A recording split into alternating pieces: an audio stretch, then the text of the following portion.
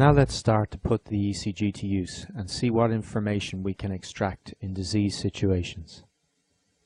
The first topic we will deal with, deviation of the cardiac axis, is perhaps the most abstract and concerns disease processes which alter the pattern of spread of depolarization around the ventricles. Cardiac depolarization travels through the ventricles in a highly organized temporal and spatial pattern. Many common diseases alter the pattern of flow of depolarization around the chambers.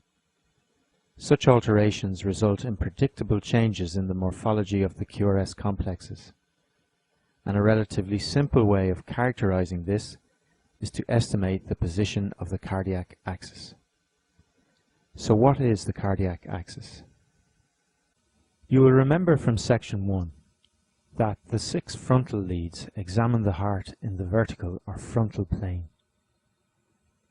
If we take a coronal section through the chest cavity and focus on depolarization events in the main muscle mass of the right and left ventricles, you will see that in the frontal plane, depolarizing forces of differing magnitudes, seen here in blue, are moving through the chambers in many different directions during the normal process of ventricular depolarization. If we add together all of the depolarization vectors occurring in the frontal plane throughout the duration of ventricular depolarization, we can generate an overall vector, which of course has a magnitude and direction. The direction of this total frontal QRS vector, defined by the angle it makes with lead 1, is the cardiac axis.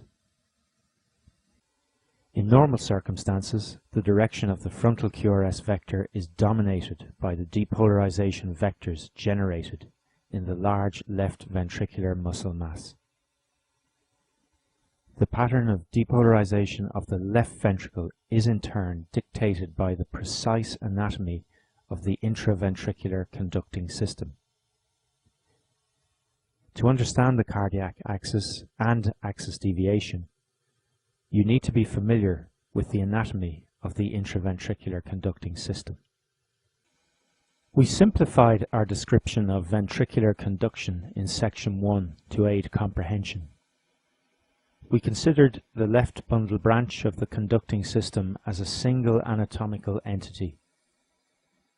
The analysis remains valid, but to understand the cardiac axis and axis deviation in disease, we need a little more anatomical detail.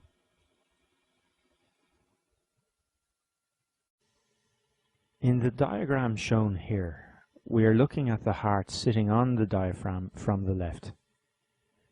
If we take a section as indicated through the organ and remove the anterior surface, we can examine the conducting system in the ventricles in more detail.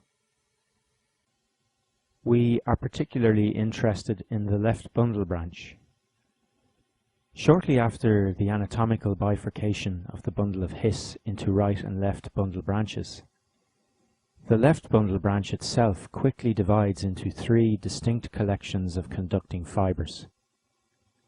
A septal branch which travels downwards into the septum, an anterior fascicle, and a posterior fascicle. The left anterior fascicle depolarizes the anterior and lateral walls of the left ventricle as shown here, while the left posterior fascicle simultaneously depolarizes the posterior and inferior surfaces of the chamber. In a normal heart, these 2 depolarizing vectors are the prime determinant of the cardiac axis. As shown here, in the frontal plane, the plane of the screen, they can be represented as vectors flowing simultaneously from the left anterior fascicle and from the left posterior fascicle. As you can see when we use the parallelogram rule to add them together, the total vector generated is traveling downwards and to the left, more or less straight down lead 2, at approximately 60 degrees relative to lead 1. With the cardiac axis close to plus 60 degrees, this is well within 90 degrees of the 3 standard leads, And in this normal situation, the QRS complexes in these three leads are strongly positive, with dominant OR waves. Get into the habit of recognizing this normal pattern down the right-hand side of the ECG. Also note that as AVL lies at 90 degrees relative to lead 2, as shown here, AVL tends to be close to isoelectric in this situation.